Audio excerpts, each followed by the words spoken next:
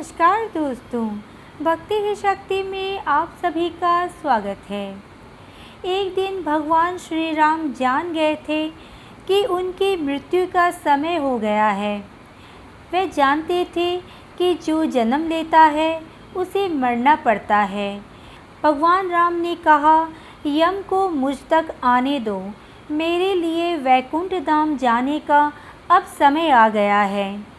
लेकिन मृत्यु के देवता यम अयोध्या में घुसने से डरते थे, क्योंकि उनको राम के परम भक्त और उनके महल के मुख्य प्रहरी श्री हनुमान जी से भय लगता था। यम के प्रवेश के लिए हनुमान जी को हटाना बहुत ज़रूरी था। इसलिए राम जी ने अपनी अंगूठी को महल के फर्श के एक छेद में से गिरा दिया और हनुमान जी से उसे खोज कर लाने के लिए कहा। हनुमान जी ने स्वयं का छोटा सा रूप बना लिया और बिल्कुल भंवरे जैसा आकार बनाते हुए केवल उस अंगूठी को ढूंढने के लिए छेद में प्रवेश कर गए। वह छेद केवल छेद नहीं था, बल्कि एक सुरंग का रास्ता था जो सांपों के नगर नागलोक तक जाता था। हनुमान जी नागों के राजा वासुकी से मिले और अपने आने का कारण बताया।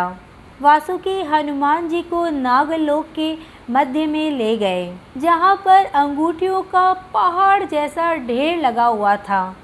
यहाँ आपको राम की अंगूठी अवश्य मिल जाएगी, ऐसा वासुकी ने कहा। हनुमान जी अब सोच में पड़ गए कि वो कैसे उसे ढूंढ पाएंगे, क्योंकि ये तो भूसे से सुई ढूंढने जैसा था। लेकिन सौभाग्य से जो पहली अंगूठी उन्होंने उठाई वो श्री राम की अंगूठी थी। आश्चर्यजनक रूप से दूसरी भी अंगूठी जो उन्होंने उठाई वो भी राम की ही अंगूठी थी। वास्तव में वो सारी अंगूठी जो उस ढेर में थी सब एक जैसी थी। इसका क्या मतलब है, ऐसा सोचकर हनुमान जी सोच में पड़ गए। वासुकी मुस्कुराए और हनुमान जी से कहे, जिस संसार में हम रहते हैं वो सृष्टि विनाश के चक्र से गुजरती है। इस संसार के प्रत्येक सृष्टि चक्र को एक कल्प कहा जाता है। हर कल्प के 4 युग या 4 भाग होते हैं। दूसरे भाग या त्रेता युग में राम अयोध्या में जन्म लेते हैं।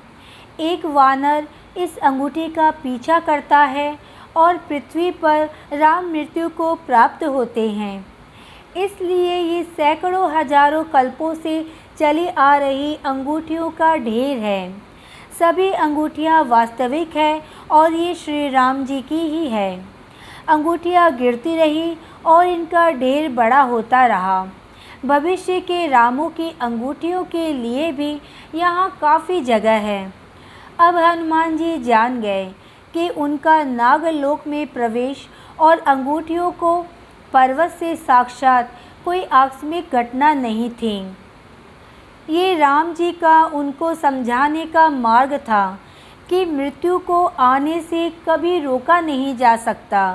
राम मृत्यु को प्राप्त होंगे, संसार समाप्त होगा, लेकिन हमेशा की तरह संसार पुनः बनता जाएगा और राम पुनः जन्म लेते रहेंगे।